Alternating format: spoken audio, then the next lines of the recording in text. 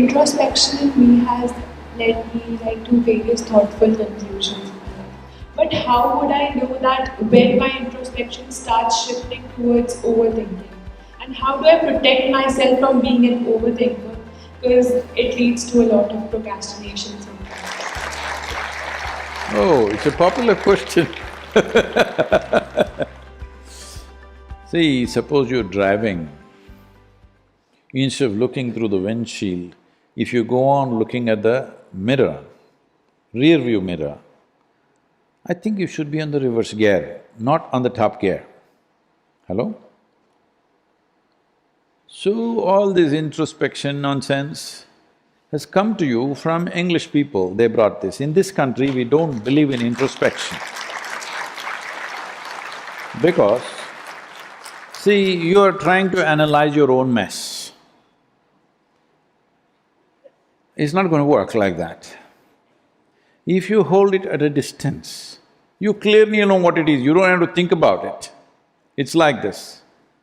Let's say tonight you want to fly from Delhi airport, you're going. Then your flight time is coming, but there's a huge traffic jam. How do you experience a traffic jam? Oh, deep suffering, though you may be sitting in your dream car, all right? Now somehow you got to the airport, got into the airplane and it flew. Then you went up, then you looked down, still the traffic jam was on. It looked so beautiful. White lights and red lights, string of them, really beautiful. Have you seen this? Yes. All that happened is little distance, isn't it?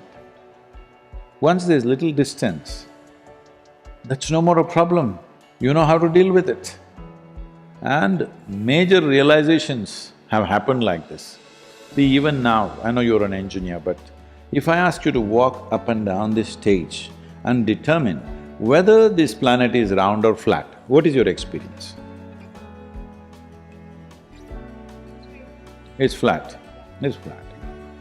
This argument would have continued for another 1,000 years. It got settled because we started traversing the oceans. Then we could see it seems to be round. Then we started flying. Clearly, the shape was very obvious. Then we went and stood on the moon and looked down. 100% clear. Something so simple, we couldn't see when we were walking on the planet, isn't it? This is the same thing. The nature of your mind, the nature of the instruments of life, which is the body and the mind.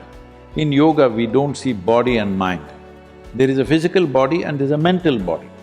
Because mind means, unfortunately, the European idea of a mind is it's sitting here. No.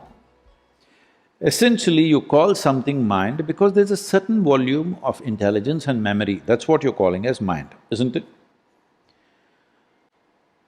Do you remember 5 generations ago, how your great-grandmother looked like? No, but her nose is sitting on your face. Yes or no? 1,000,000 years ago, how your forefathers were, still your epithelial cells remember what was the skin tone. Yes or no?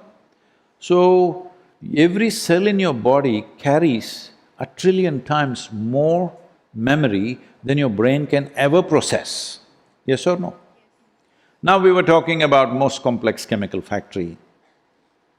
If you look at what one molecule of DNA performs in a minute, all the factories on the planet cannot do, all the computers on the planet, supercomputers on the planet cannot do that many functions. That's how it's functioning. So both in terms of intelligence and memory, is it spread right across? Yes or no? At least your neurological system is spread right across, you can see that. So, mind is not in one place. There is a body of mind, there is a body of memory, there is a body of physicality, there is a body of energy. So if you just look at one part of who you are and try to meddle with that constantly, if you don't know how to make the other things function and other things are functioning by accident, it's like somebody is trying to drive with a handbrake on. A lot of people do this. They don't realize, they think press the throttle, it'll go. No, it may catch fire. A car can catch fire if you drive with brakes on. Right now, most people are like this because they've come to a school or a college.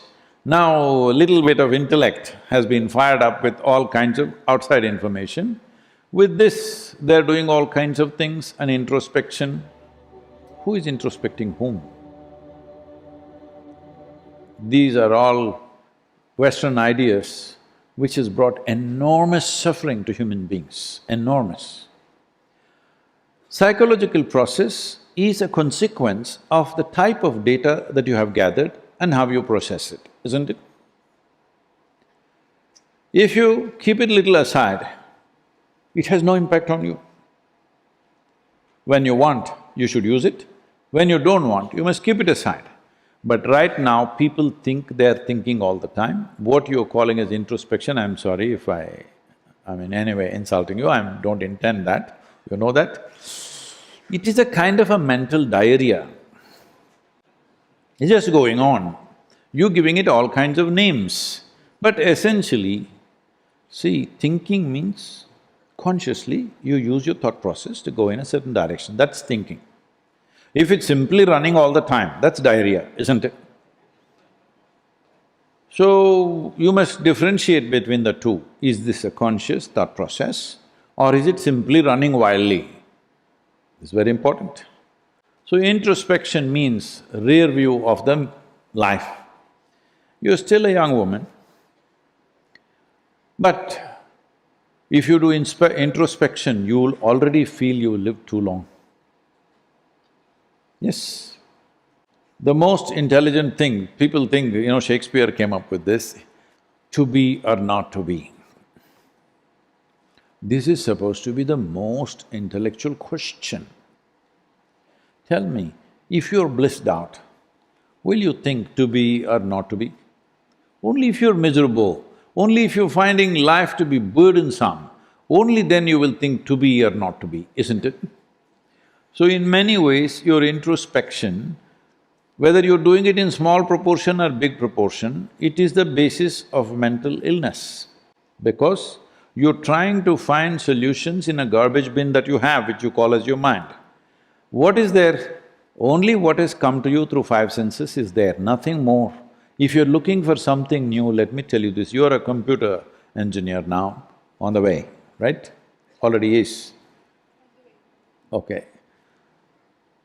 Can your computer function beyond the data that you have fed in? The same is true with your mind. It is a computing process, maybe far more complex than the computers you're operating, but essentially it's a computing process. Without data, it doesn't function.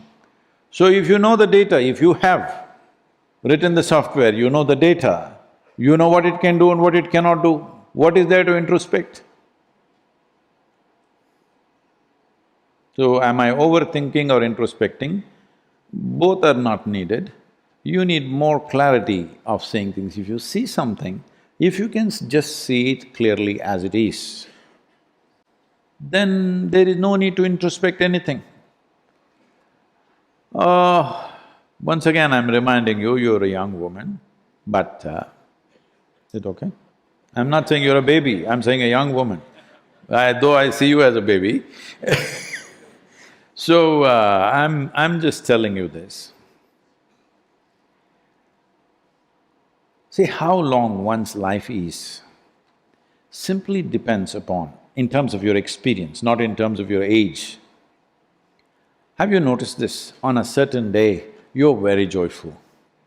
24 hours went off like a moment, is it true? Another day, you're a little depressed. 24 hours feels like 1,000 years, yes? So only miserable people can live a long life. If you're joyful, it gets over before you know what's happening. Before you figure out what is this about, funeral. Yes, I feel like I was born day before yesterday, look at me.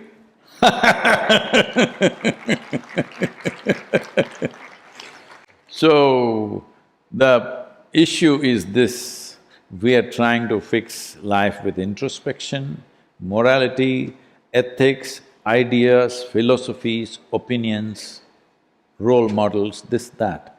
No, that's not what is needed. What is needed is this life should happen in an exuberant way, in the highest pinnacle that it can happen, it should spark. If you spark all the time, physically you will be fine, your genius will spark, everything will happen. Well, in the world will everything happen? No. World will never happen 100% the way you want it.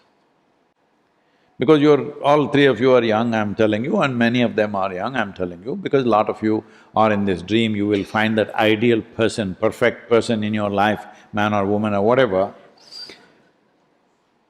I'm not trying to destroy all the romance, I'm just telling you, you will be deeply disappointed. Because a lot of people are saying they're from Mathura. Krishna, most fantastic man, but his wives were constantly complaining. Not because there's something wrong with him, because in the very nature of existence, nobody in this world will happen just the way you want them, yes or no? So there is one option, this one person, you can make this person happen the way you want. If you do that one thing, where is the need for all this? That's what you need to do. You're an engineer, you must do little engineering, inner engineering, so that this one will work just the way you want. World, we will do our best.